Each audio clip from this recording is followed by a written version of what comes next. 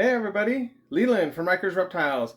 Hey, today I wanted to go over in this video 5 of the most common mistakes or just kind of issues that new ball python breeders have been having, and they've been messaging me. And with all of the snakes that I sell to new keepers, I do give them my phone number. I am very open with them, and I ask them to please text me with anything that they're having if there's any questions or problems, just because I want them to have great success. And you know, ball pythons are a very easy snake to keep, regardless of what people tell you out there. That being a difficult snake, it is not a difficult snake. If you have your husbandry correct and all of your things are in place, that snake's going to do what it's going to do, and it's a very easy snake to take care of. So I'm going to go over those 5 things that I've been seeing coming up repetitively. So I just want to cover them in this video so that anybody can refer back to this and then check it out. So without further ado, please hit like, subscribe, and share, and hit the notification bell, so when I'm dropping these videos you get notified and you can stay on top of everything in case there's any giveaways or contests like's going on right now. So stay with me and I'll get back to you.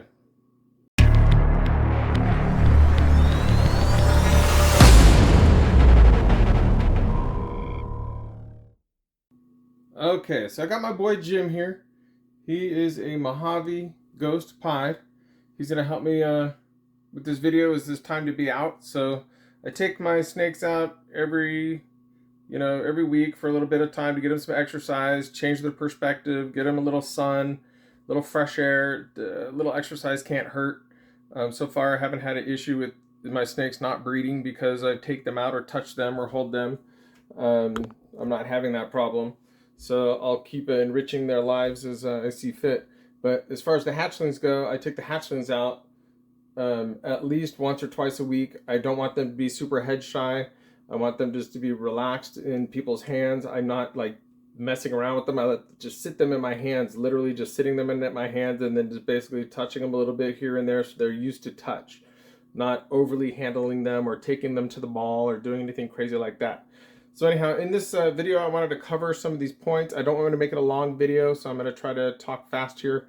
But the number one problem that I'm seeing with the setups before the snake gets to their house, obviously, but the number one thing is that my customers are getting their cages and they're getting everything set up, but they're not getting the number one thing I tell them to get, which is the thermostat. Okay, so I'm going to show you what several different looks of thermostats are here that I have and I use. I have 4 or 5 different types of thermostats. I don't just buy the same kind. And then I always have an extra here in my closet so that if one of my thermostats were to go down, boom, I have another one right here on hand. I also have extra heat tape here just in case something happens, and I can put more heat tape. So I'm going to show you what my thermostats look like, and then we'll talk about how to install them properly.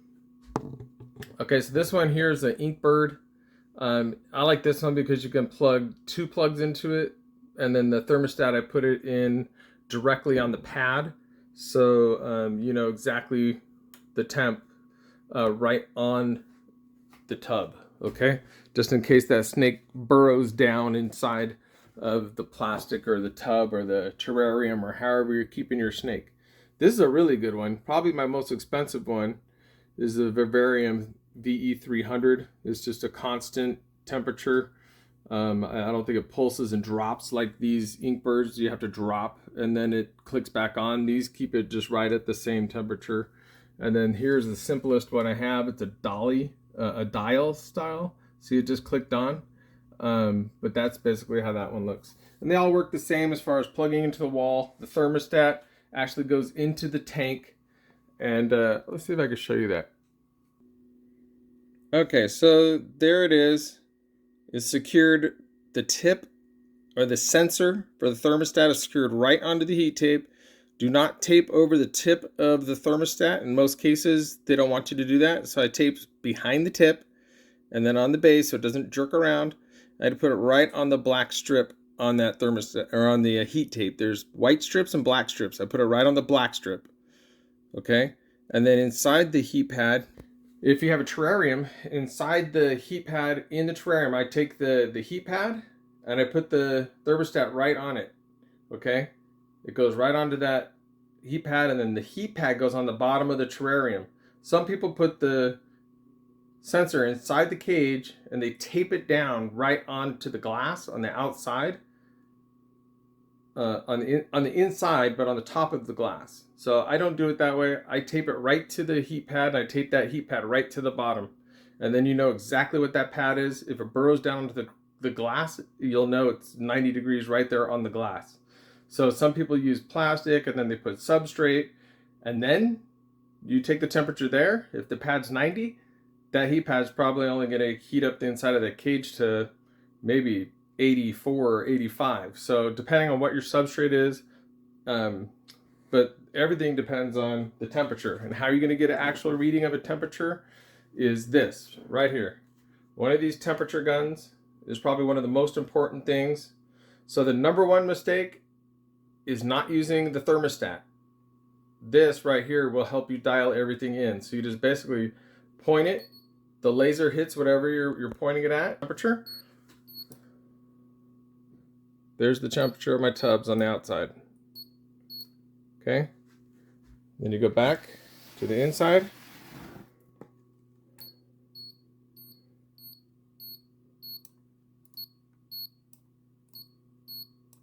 Okay, so you got almost 90 there. Front of the tub, 77. So that's really good temperatures in there. Okay, so that's number two, or number one. Let's get on to number two because we gotta get through this quick. Number two is gonna be the proper housing. So when you're buying your snake and you're just starting off, don't buy any tricky housings, the bioactive stuff, the fancy enclosures. You don't need any of that, okay? It's very simple. Ball pythons are simple animals. They like a small area, so get them on hide because they'll feel comfortable in that hide. And then don't buy anything smaller than a 20-gallon for a hatchling. I kept a hatchling in a 20-gallon for about 4 or 5 months until I got a little bit bigger, and then I put it in a bigger enclosure because they like, you know, tighter spots. But if you want to just buy the one enclosure, get like at least a 40-gallon enclosure to start off with, okay? And then have multiple hides, places where it can go and get undercover. They're a nocturnal species, so they're going to come out at night. So you don't need a light because then you're going to turn their nighttime into daytime. So if you do have any kind of light, just to raise the ambient temperature to maybe around 80, put that on the opposite side of the tank, like maybe where the water is, so the whole ambient temperature gets up to 80. And then have the hot spot 90. Have your hide big enough that it can be in the hide and away from that heat or on the heat, so it can do both. And then on the cool side, have another hide, and then have water kind of in the middle. Okay, and some branches are fine. They don't climb. They're not arboreal, so they don't go up into the trees. You know, so they're just like a terrestrial kind of snake. So they just go ground and underground. So you don't need a lot of fancy stuff in that terrarium. So a lot of times people start off with a small terrarium that's too small. This snake is going to get to be about, well, here, I'll show you one that's about 4 months old or 3 months old, just to give you an idea of how fast and how big they get in 3 months. Now this snake is, I'm going to show you, is 360 grams already, and it's just 3 or 4 months old, and look how long it is already. So if you have a 10-gallon tank, that's going to be shorter than this snake, and it's not gonna thrive in there. It's gonna be too small. Okay, so minimum 40 gallons, but then make sure there's a lot of hides for it. Okay, so tank size, that's generally a mess up. The thermostat, number one mess up. So going on to the third one is getting more into the husbandry. They call the taking care of a snake husbandry. So proper humidity is probably one of the biggest things, because it needs to poop, it needs to eat, it needs to shed, and humidity affects all those things I've noticed with ball pythons. So 50% humidity is kind of ideal. Once their eyes go gray, and they call that going into blue or going to the shed takes 7 to 10 days. So once their eyes go blue, I would jack up that humidity in my enclosures to 65 or 70% just for those few days. After that, you can go back to being dry in there.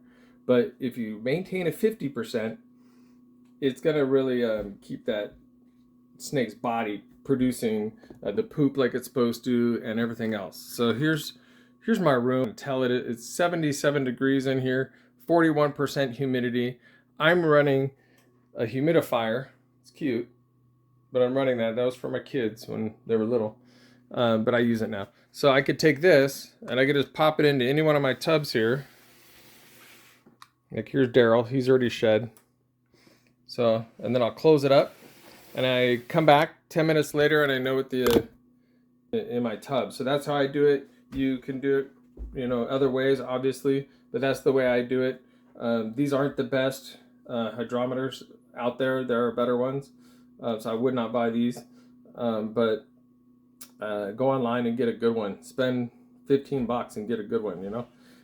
But anyhow, different kind of substrates are also going to affect your humidity. So if you're doing the cheap stuff at the store like aspen, or if you're doing pine, or if you're doing cedar, I don't recommend those at all. They mold really fast and they don't hold humidity well at all. So if you can find like a cypress mulch at your hardware store and you can get that moist, it holds humidity better. Or if you can get cocoa blocks, that's actually the best, and that's what we use here is cocoa blocks. See what that looks like.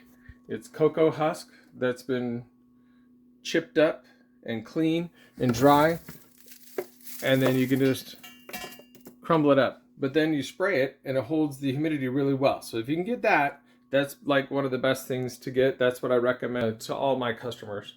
So anyhow, oh, another thing for humidity, I found this to work really well. From the 99-cent store, I just buy some pantyhose, and then I get peat moss, and then I shove them in there, and I tie knots on the ends, and I make these pantyhose balls.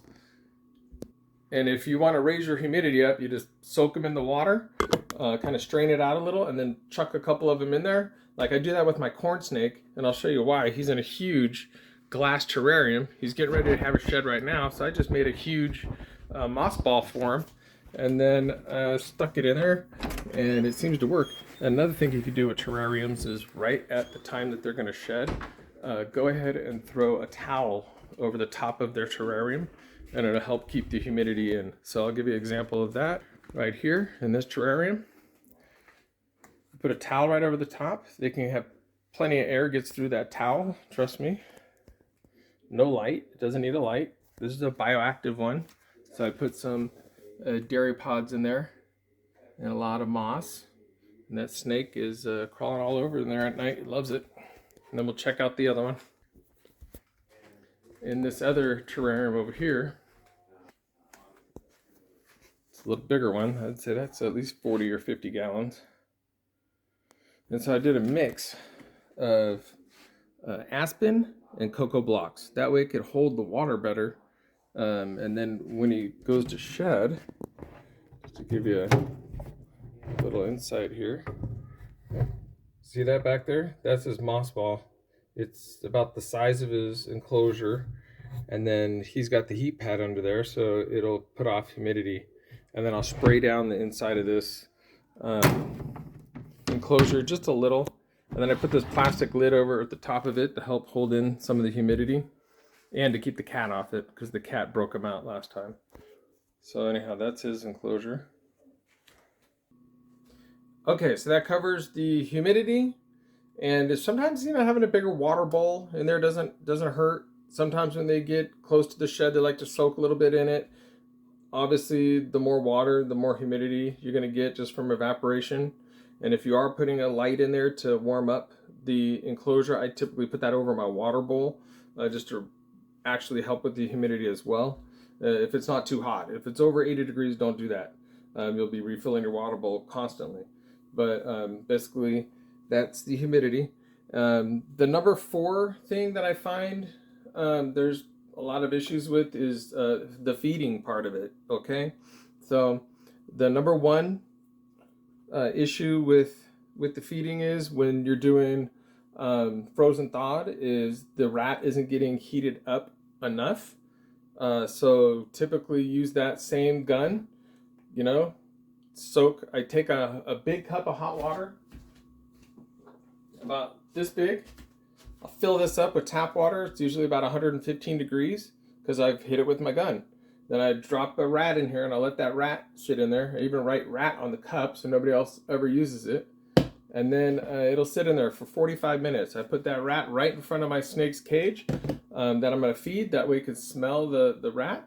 And then after about 45 minutes, it's just kind of defrosted. It's not like cooked. It's not heated up to the point where I could feed it to the snake. Boy, Obi-Wan, what are you doing? So anyhow, 45 minutes, just like that.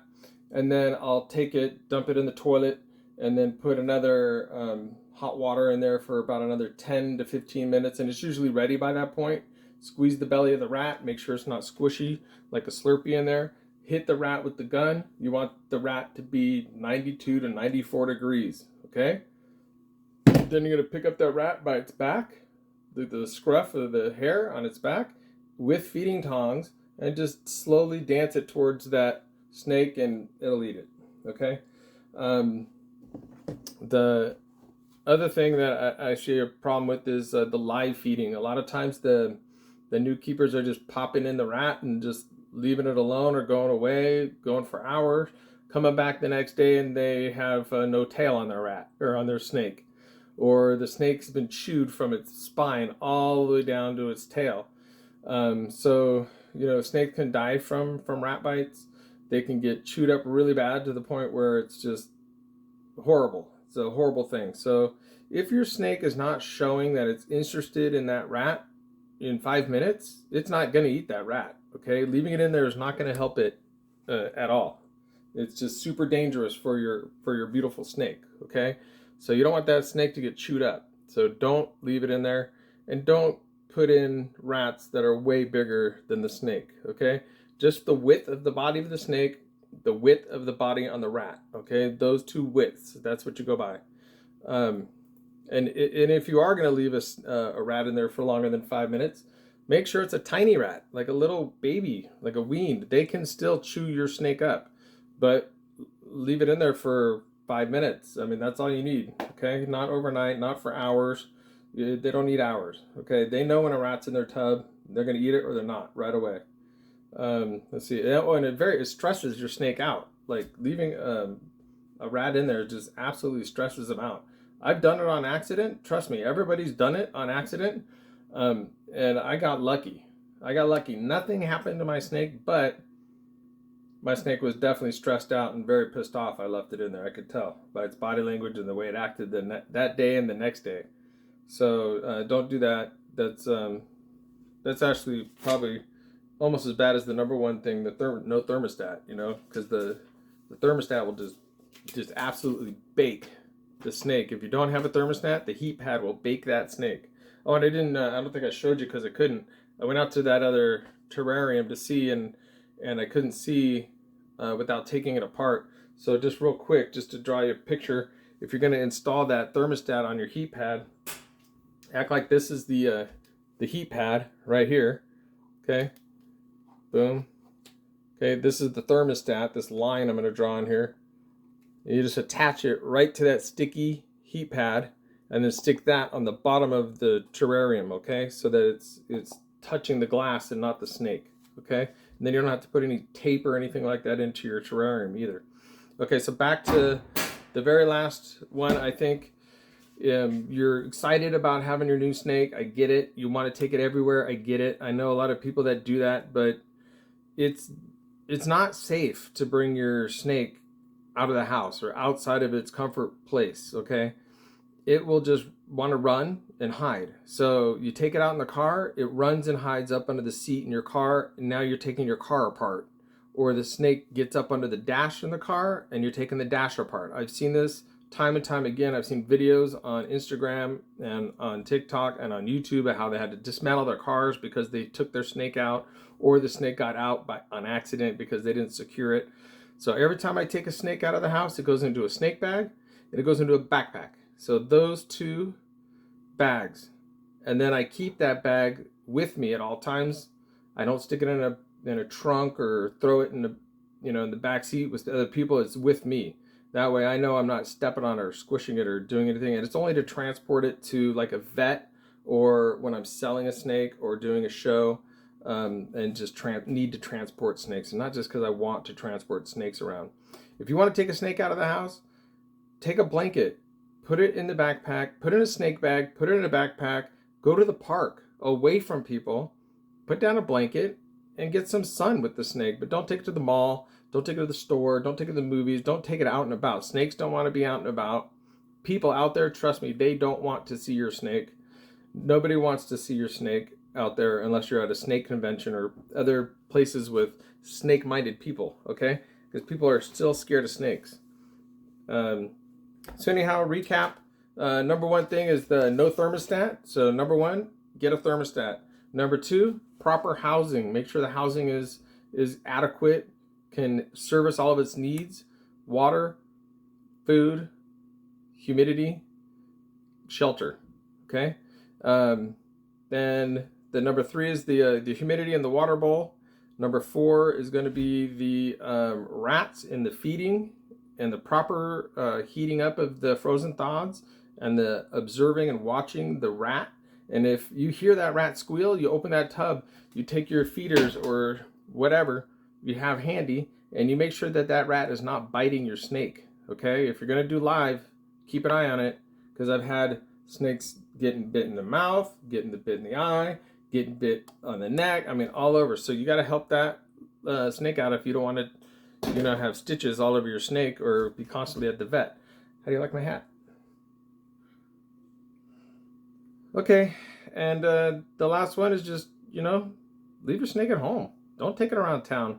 Or if you do take it around town, be responsible, keep it to yourself, and then ask somebody if they want to see it, and then open the bag. Don't just freely carrying it around all over the place where it can get hurt or be hurt. Okay, I hope you liked my video.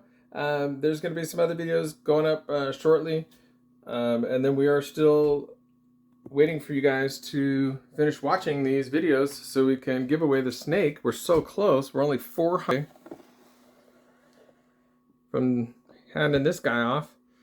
So we got an Inchy Mojave pied het ghost, smashing rats, getting big. He just shed. He looks beautiful, and he is on frozen thawed rats. I still have his brother on a mouse and his sister on a mouse, but everybody else is on rats, and everybody down there in that clutch is on rats. Whoever's left on that one. All right, have a great day.